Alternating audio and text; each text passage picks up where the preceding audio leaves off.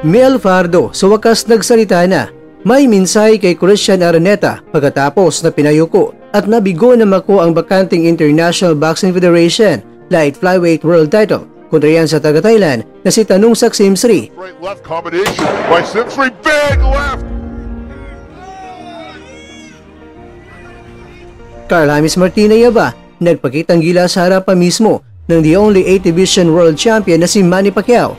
Pero po galing makakwento ang balitang iba, bahagi ko sa inyo. Kaya tara, kwento na!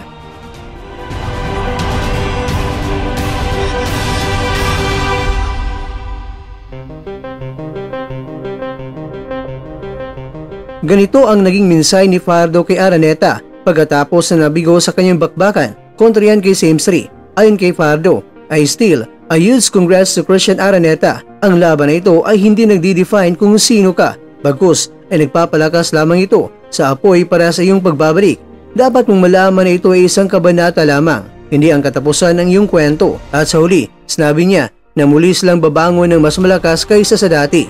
Mga kakwento, sina Fardo at Araneta kasi ay pareho nakarap nila itong si Simsri. Pareho nilang napabagsak sa Simsri pero matibay talaga ang Thai boxer dahil nagawa pang makabangon at sa huli siya pang panalo. Pero mga kakwento, bibigyan ko lang kayo kung ano nga ba ang nangyari sa laban nila ni Mel Fardo kontra yan kay Tanungsak Simsri at Christian Araneta kontra yan kay Tanungsak Simsri.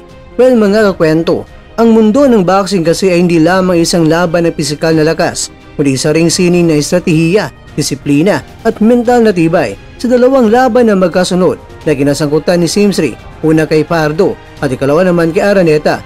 Makikita natin ang malalim na kaibahan sa estilo, diskarte, resulta at epekto ng bawat laban.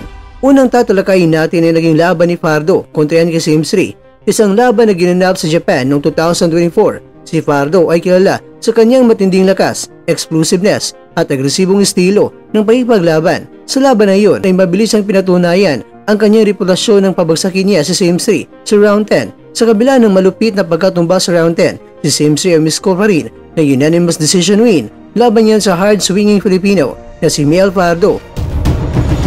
Ganap na batid sa napatunayang kapangyarihan ng Pinoy pero ang matikas na si Simsri ay lumaban ng malayuan. Ginamit ang kanyang kaliwang suntok upang pigilan si Fardo na magpakawalan ng mga maraming makombinasyon.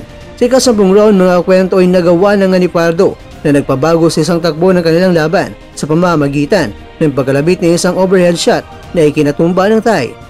Sa laban na iyon ay makikita natin ang kahinaan ni Simsri pagdating sa depensa, lalo na sa mga unang minuto ng laban kung kailan nasan pa ang pagparamdam sa isa't isa ng mga boksingero. Ginamit ni Fardo ang kanyang bilis at lakas upang agapan si Simsri pero sa huli ay natalo ang ating kababayan. Matibay talaga ang Thai boxer nito.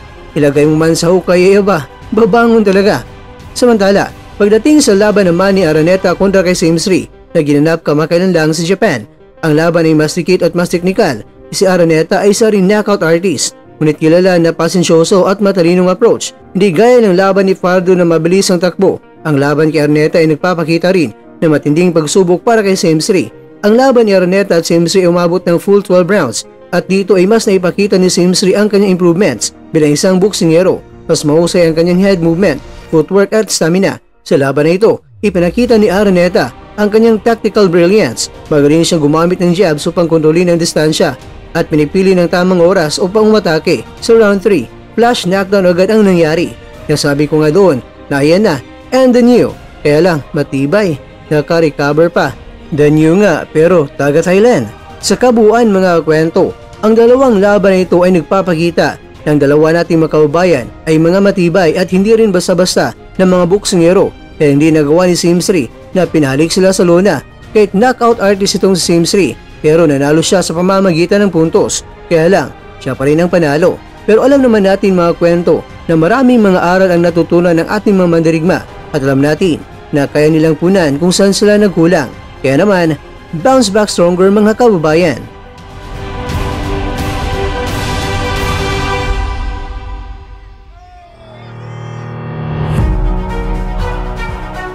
Mga kakwento, kakaiba talaga ang Wonder Boy ng Pinas. Nag-boom-boom wata-wata sa harap ni Pacman.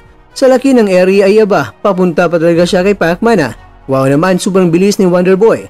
Well mga kakwento, bulag sa ating mga kaubayan sa paparating nila na laban at higit sa lahat, maging world champion ulit si Pacman.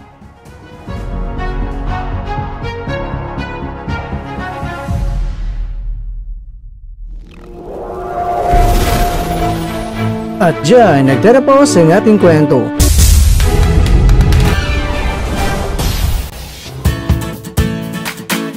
Maraming salamat mga kakwento sa inyong panonood. Pero baka naman mga kakwento ay nagustuhan niyo po ang kwento natin ngayon.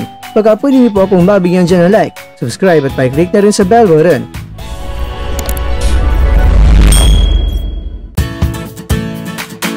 Pero bago tayo tatapos mga kwento, syempre, shoutout po muna tayo dyan sa ating mga kakwento. Kay kakwentong Jason Omega, kay kakwentong Emery Osa, kay kakwentong Mario Bawisan, at kakwentong nanonood ngayon, shoutout sa iyo dyan. Bueno, hanggang dito na po muna ang ating kwentuhan at abangan nyo na po ating susunod na video.